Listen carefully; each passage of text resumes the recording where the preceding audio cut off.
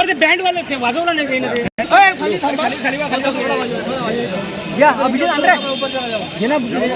हो हार राहू द्या नाही घालू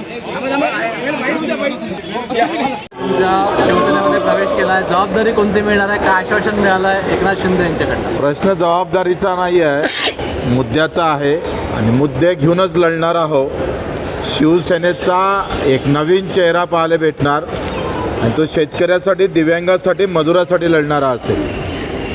आम्ही जो भगवा घेतलेला आहे तो छत्रपती शिवरायांच्या विचाराचा आहे आणि त्या विचारानं अख्खा महाराष्ट्र पुजून काढून जी शिवसेनेची ताकद जेवढी वाढू तेवढी सगळी ताकद शेतकरी आणि मजुरांची आणि दिव्यांगाच्या बाजूने उभी करू. आमच्या शेवटच्या श्वासापर्यंत शेतकरी, मजूर, कष्टकरी, कामकरी, दिव्यांग हा सुटणार नाही. काही सुटलं तरी चालेल, पण शेतकऱ्यापासून आम्ही अलिप्त आणि दिव्यांगापासून अलिप्त होणार नाही. भाऊ, एक प्रश्न असा आहे की काही तुमचे कार्यकर्ते जे आहेत ते संभ्रमावस्थेत आहे की तुम्ही आता ज्या पद्धतीने संघटना बांधली, ते लोक काम करतायत, आता ते कोणाचं काम करणार? नाही, ते प्रहारचं, ज्यांना राजकीय काम करायचं आहे ते शिवसेनेत येणार, स्पष्ट बोलतो आहे. पण काही नालायक असतात, ते काही सुटत नाही. पण ज्यांना राहायचं आहे त्यांनी राहावं व्यवस्थित. मी कोणाला जबरदस्ती केली नाही, जबरदस्ती करणार नाही.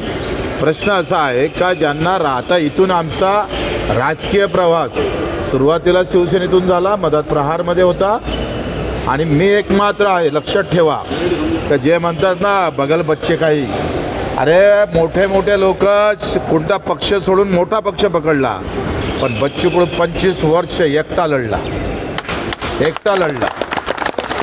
आणि प्रहार म्हणून लढला. कुठल्याही पार्टीत गेलो नाही. 5-6 निवडणुका लढलोय, एकाही पार्टीचा पाठिंबा घेतला नाही. हे थोडं दाखवा. 350 गुन्हे दाखल करणारा बच्चू कडू शिवाय दुसरा महाराष्ट्रात सापडत नाही. आणि मला एक सांगा, आता राष्ट्रवादीमध्ये विलीन होते, त्याच्यावर टीका होत नाही. भर आम्ही पाहतो महानगरपालिकेमध्ये राजसाहेब आणि उद्धवसाहेबाचा एकत्र झाला, आमचं काही दुमत नाही, त्याच्यावर टीका होत नाही. काँग्रेससोबत शिवसेना बसली, शिवसेनेसोबत काँग्रेस बसली, कुठंच कधी पटलं नाही, त्याच्यावर टीका करत नाही.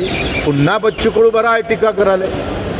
पहिले आम्ही पहा का ह्या 6 महिन्यात बच्चू कडून जीवाचं रान करून शेतकऱ्याचे जे प्रश्न आहेत ते शिवसेनेच्या तोंडात घालून आम्ही पाहतोय. शिवसेनेचं धोरण नव्यानं दिव्यांगासाठी, मजुरासाठी, शेतकऱ्यासाठी शिवसेना पक्ष नव्यानं धोरण तयार करेल. शिवसेनेचं धोरण आहेच शेतकऱ्याचं, पण त्याला अधिक नव्यानं रूप देऊन पुन्हा शिवसेना शेतकऱ्याच्या बाजूनं अधिक सक्षमपणे उभी तर आहेतच, पण अधिक ताकदीनं उभं करण्याचं काम आम्ही करणार आहोत. त्याच्यानं कोणाची पोटदुखी होत असेल त्याची आम्ही पर्वा करत नाही. आणि मला असं वाटतं का मला आत्मविश्वास आहे आणि प्रहारच्या कार्यकर्त्याचा बच्चू कडूवर विश्वास आहे. मैं आत्मविश्वास से चलता हूँ आणि म्हणून ते थांबणारा बच्चू कडू नाही आहे. त्यानं ही जंग अतिशय मोठी होईल, शेतकऱ्याचा आवाज बुलंद होईल. पुन्हा एकदा सोशल मीडियावरून पुन्हा तुमच्यावर टीकेची त्याची आम्ही पर्वा करत नाही. ते 50 पैशानं भेटतात विकत ट्रोल करणारे. सगळ्या पक्षाचे व्यवस्थित आम्ही पाहतोय, त्यांच्या सगळ्या प्रकारच्या कॅबिना त्याच्यासाठी भरलेल्या आहे. आम्ही सांगतोय का हे सगळे ट्रोल करणारे अर्धे विकाऊ आहे, हे अर्धे विकाऊ आहे. आणि तुम्हाला जर उद्या सांगून देतो, तुमच्या न्यूजवर माझे ट्रोल माझ्या बाजूनं किती दाखवायचं सांगा. 1-2 लाखाचा खर्च आहे, मोठी गोष्ट नाही आहे. आणि तुमच्यासारखा माणूस ट्रोलवर विचार करत असाल तो हम का डरने वाले. अरे चिंता आम्ही पाहतोय, नाव तर प्रभू रामचंद्रालाही ठेवलेलं आहे, बाबासाहेबालाही ठेवलंय, छत्रपतीलाही ठेवला.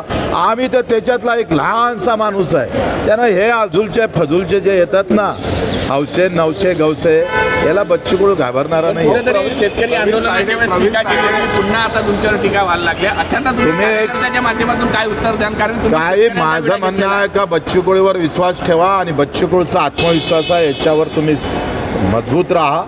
हे अशा पाखंडी गिखंडी लोकांवर काही चर्चा करू नका.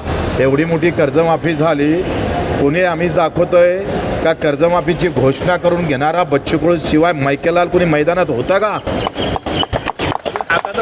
आणि 2,500 रुपये हाताचं बंधन नाही. तुम्हाला माहित आहे तुम्ही कोणत्या विचारातून मला प्रश्न विचारतोय, वरतून काहीतरी आलं तुम्हाला. मला एक सांगा, हे हाताचं बंधन GR काढल्यानंतर सुटत.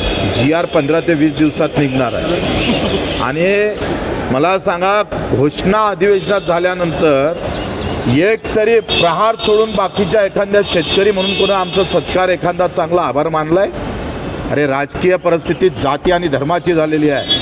मुद्द्याचे विषय संपलेले आहे आणि राजकीय परिस्थिती म्हणून आम्ही निर्णय घेतलेला आहे. आणि या परिस्थितीत आम्ही टिकू तर शेतकऱ्याचा मुद्दा टिकेल, दिव्यांगाचा मुद्दा टिकेल, हे आम्हाला माहीत आहे. आमची इमानदारी आहे. आणि टोल करणारे किती काही टोल, आम्ही काही त्याच्यातून पडणार नाही. हे भामटे लोक आहे, हे साले यांच्या माय 10 असण्याचे बाप 10 आहे भोसडीचे. प्रवीण तायडे यांना आरोप केलेला आहे की कोणाचा विषय काढताय?